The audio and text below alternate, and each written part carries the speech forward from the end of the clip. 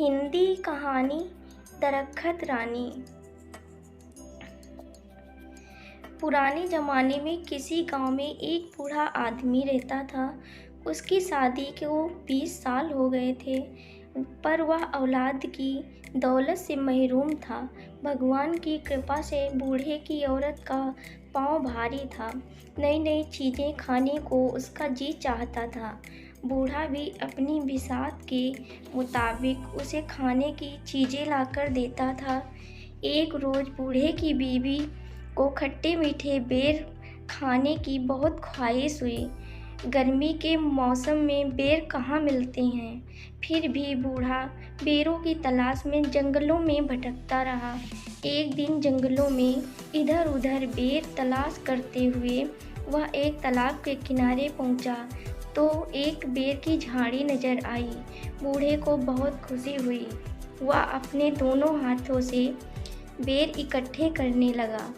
अभी झोली भर बेर ही तोड़े थे कि एक आदमखोर मगरमच्छ ने अपना बड़ा सा मुंह पानी से ऊपर निकाला और जोर से सांस खींची। उसके सांस लेने से एक जोरदार आंधी चली और बूढ़ा कमजोरी की वजह से अपने को न संभाल पाया और तालाब में आ गिरा। बूढ़ा अपने को संभालते हुए किनारे तक पहुंचना ही चाहता था कि मगरमच्छ ने इसके पांव ही पकड़ लिए। बूढ़ा उससे कहने लगा, भाई खट्टे मीठे बेरों की तलाश में मेरे पांव घिस गए और फिर जब बेर मिले तो मेरे सारे रास्ते में तू रोड़ा बनता है। तेरी या मक्कारी मुझ पर कोई असर नहीं करेगी। बहुत दिनों से इंसान का गोश्त खाने को नहीं मिला। तेरी करारी हड्डियों को चबाने में मुझे बहुत मज़ा आएगा। आज मैं तुझे खाऊंगा। मगरमच्छ ने लार टपकाते हुए कहा, क्यों? मुझे तू क्यों खाएगा? इसलिए क्योंकि तूने मुझसे बगैर इजाज़त लिए मेरे बेर लिए हैं। भाई, मैं यह बेर बहुत मजबूरी में ले रहा हूँ। मेरी बीवी की हालत कुछ ऐसी है, मैं और मेरी बीवी अब और ज़्यादा इंतज़ार नहीं कर सकते। बूढ़े की बात सुनकर मगरमच्छ समझ गया। ओह, अगर यह बात है तो मैं तुझे नहीं खाऊंगा। तू अपनी राह ले, लेकिन मेरी एक शर्त है। क्या शर्त है? बूढ़े ने पूछा। अगर लड़का होगा तो तेरा और लड़की हुई तो मेरी। मंजूर कहकर वह बेरों की झोली संभालते हुए चल दिया। वह अपने दिल में सोचने लगा कि मगरमच्छ ने उसे फिर कहाँ मिलेगा और अगर उसके यहाँ लड़का पैदा हुआ तो फिर तो परेशानी की कोई बात ही नहीं। बूढ़ा अपनी बीवी की आवभगत में कोई कमी नहीं करता। दिन पर लगा के उड़ते रहे और एक दिन बूढ़े के घर एक बहुत खूबसूरत और तंदुरुस्त लड़की पैदा हुई। बच्ची को देखकर उसे मगरमच्छ की बात याद आई तो वह कांप उठा। लड़की का रंग गुलाब के फूल की तरह था। उसकी आंखें हीरों की तरह चमक रही थी। वह परियों की तरह हसीन और मासूम थी। ऐसी मन्नतों और मुरादों की लड़की मगरमच्छ के पेट में जाए, यह सोचकर बूढ़ा दुख से कांपने लगा। उसने सोचा कि अब वह कभी तालाब के किनारे नहीं जाएगा। बारिश का मौसम आया और नदी में बाढ़ आ गई। मगरमच्छ पानी में बहकर तालाब से निकलकर खेत में आ गया। अब उसे आसानी से शिकार मिलने लगा। एक दिन बूढ़ा खेत से सब्जी तोड़कर ला रहा था तो रास्ते में मगरमच्छ ने उसे रोक कर सवाल किया, क्यों बे बूढ़े, मुझसे छुपता क्यों है? तू मुझसे छुपकर कहाँ भागेगा? सीधी तरह बता, तेरे यहाँ लड़की हुई या लड़का? लड़की हुई है, बूढ़े ने सहमी आवाज़ में कहा। तो फिर वह मेरी है। मेरी अमानत को अब तक तूने अपने पास क्यों रखा है? क्या तू अमानत में खयानत करना चाहता है? इतनी छोटी बच्ची को तुझे कैसे दे दूँ? बूढ़े ने कहा। 14 साल पहले तूने मुझसे वादा किया था, क्या वह अब भी बच्ची है? तू बाप की नज़र से देखता है, वह अगर बूढ़ी भी हो जाएगी तब भी वह बच्ची ही रहेगी। तू मुझे अब और बेवकूफ़ नहीं बना सकता। मैं तुझे चैन से नहीं रहने दूँगा। देख, अगर तूने लड़की को कल ही लाकर मुझे नहीं दिया तो मैं तुम तीनों को एक-एक कर ख़त्म कर दूँगा। मगरमच्छ ने कहा, वह मेरी बेटी है, अपना खून तुझे मैं कैसे दे दूँ? लोग क्या कहेंगे? बूढ़े ने सवाल किया। लोग क्या कहेंगे वह मैं नहीं जानता। तू क्या कहता है? वादा खिलाफ़ी करना चाहता है? मगरमच्छ ने गुस्से से चिल्लाकर कहा, नहीं नहीं, यह बात नहीं है। मैं चाहता हूँ कि मेरी बेटी को इस बात का पता ना चले। और बूढ़ा कहते कहते रुक गया। तू क्या चाहता है? बोल। मगरमच्छ ने कहा, मेरी लड़की को कमल का फूल बहुत पसंद है। तू अपनी पीठ पर एक कमल का फूल रखकर तालाब के अंदर पानी के नीचे बैठे रहना। जब लड़की खुशी से इसे लेने जाएगी तो इसे तू ले जाना। मगरमच्छ को यह तरकीब पसंद आई। दूसरे दिन जब बूढ़े ने अपनी बीवी को बताया तो लड़की की माँ परेशान हो गई।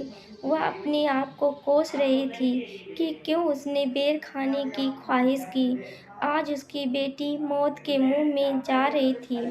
भगवान उसे मौत क्यों नहीं देता? उसका दिल रो रहा था, लेकिन वह लड़की से कह रही थी, बेटी कितने दिन हुए नानी के घर तू नहीं गई, वह तुझे याद कर रही है। तू आज अपने बाप के साथ नानी के घर जाएगी। 2 दिन रहकर वापस आ जाना।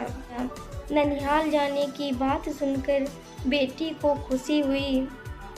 उसके मामू का घर जन्नत से कुछ कम नहीं था। वहाँ की हर चीज़ उसको पसंद थी। वहाँ का चाँद खूबसूरत था। वहाँ के फूल खूबसूरत और फल रसीले थे। नानी के घर जाने की खबर सुनकर वह खुशी से नए कपड़े पहनकर तैयार हो गई थी। बूढ़ा उसे लेकर जंगल और नाले पार करता हुआ उस तालाब के किनारे पहुंचा और बेटी को तालाब के किनारे बैठाकर बोला, बेटी तू यहाँ बैठी रहे, मैं अभी आया। बूढ़ा चला गया लेकिन वापस नहीं आया। उधर बेटी को एक बेहद खूबसूरत कमल का फूल नजर आया। वह सोचने लगी कि इतना खूबसूरत कमल तालाब के बिल्कुल किनारे खिला है, लेकिन उसे अभी तक किसी ने हाथ नहीं लगाया। हो सकता है किसी की नज़र उस पर ना पड़ी हो।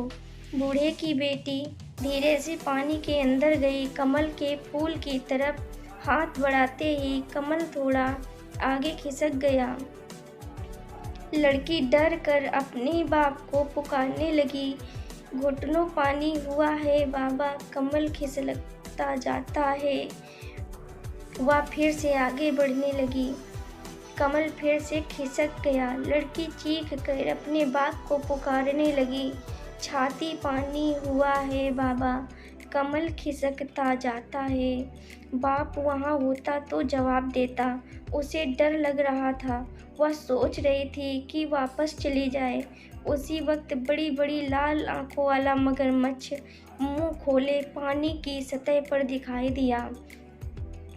बूढ़े की बेटी मगरमच्छ को सामने देखकर घबरा गई और चीखने लगी, लेकिन उसकी चीख जंगल में गूंज कर रह गई। पर उसका बाप वापस नहीं आया। मगरमच्छ उसको अपने बड़े बड़े पंजों में पकड़कर तालाब के दूसरे किनारे एक गुफा के अंदर ले गया और वहां लड़की को छोड़कर वापस आ गया। लड़की की मासूमियत और खूबसूरती को देखकर उसे खाने का इरादा इस वक्त उसने छोड़ दिया। राहगीर जो तालाब में नहाने या पानी पीने आते, उन्हें वह पेट भरकर खाता और उस आदमी के पास खाने का जो सामान होता उसे लाकर इस लड़की को देता। लड़की इस गुफा में पड़ी रहती, पर मगरमच्छ के डर से वह कुछ बोलती नहीं थी। इस तरह दिन गुजरते गए। चारों तरफ इस तालाब का मगरमच्छ आदमखोर के नाम से मशहूर हो गया था। डर के मारे कोई राहगीर इस तालाब की तरफ नहीं आता था। मगरमच्छ भूख से बेकरार होने लगा। उसने तालाब की बड़ी-बड़ी मछलियों को खाकर खत्म कर दिया। अब वह भूख के मारे मरने लगा। जंगल की गाय, बकरी, भेड़ भी वह भूख की शिद्दत में खा गया। अब उसके डर से वहाँ कोई जानवर भी पानी पीने नहीं आता था। जब उसे जोर की भूख सताने लगी तो वह बूढ़े की बेटी के करीब आकर उसे अपनी लाल और ललचाई आँखों से घूरने लगा। बूढ़े की बेटी समझ गई कि अब उसकी बारी थी, लेकिन मगरमच्छ ने उसे उस दिन नहीं खाया। सोचने लगा कि अब उसके दांतों में धार नहीं थी। उन्हें लुहार से तेज कराने के बाद उस लड़की को खाएगा। यह सोचकर वह लुहार के पास चला गया। इधर बूढ़े की बेटी अपनी जान बचाने की तरकीब सोचने लगी।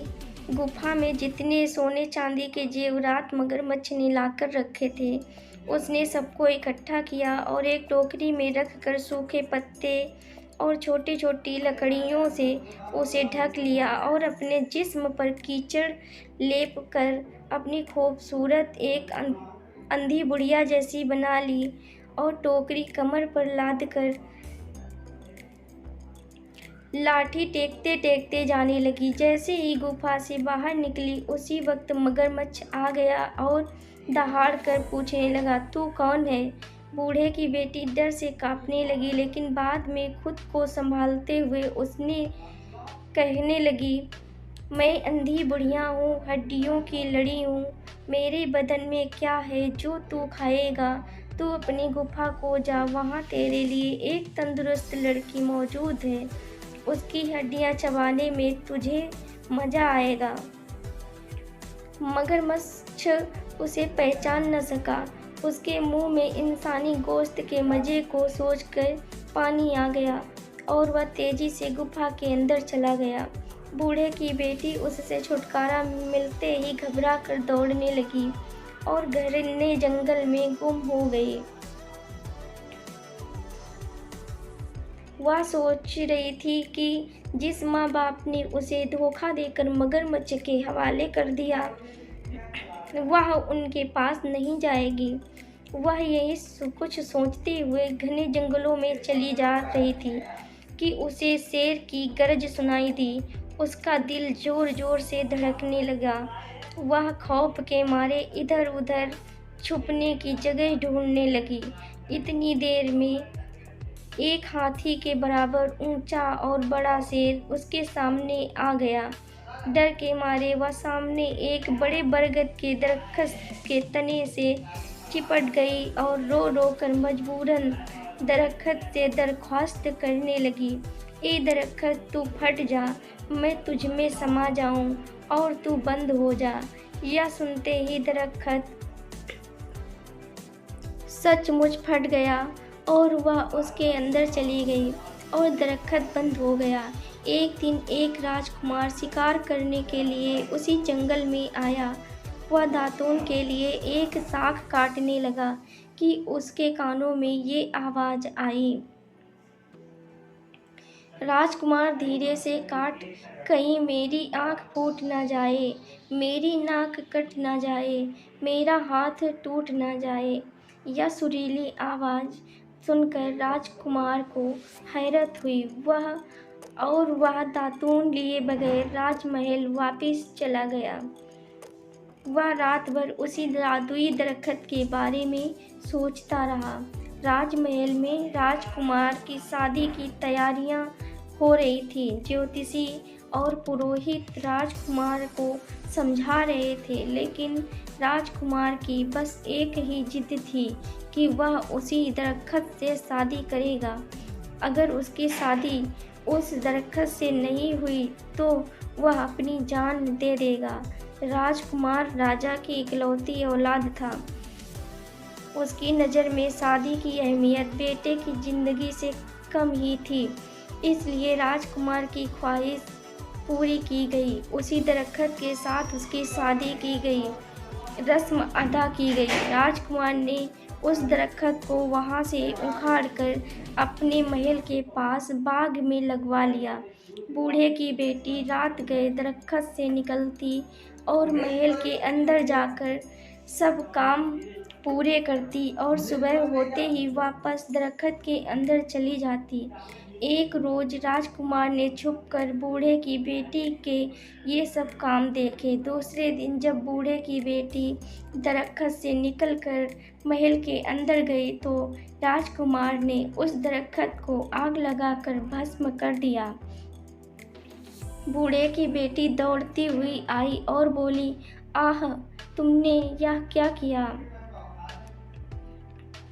इस पर राजकुमार ने कहा, इतना बड़ा महल है, तुम इसमें रह सकती हो, इस खूबसूरत बाग में घूम सकती हो, बेवजह इस दरख्त के अंधेरे में क्यों सड़ती रहती हो? और फिर मैं तुमसे बेइंतहा मोहब्बत करता हूँ। मैंने तुम्हें अपनी रानी बना लिया है। मैं तुम्हारे बिना जी ना सकूँगा। लड़की तो सिर्फ मोहब्बत की भूखी थी।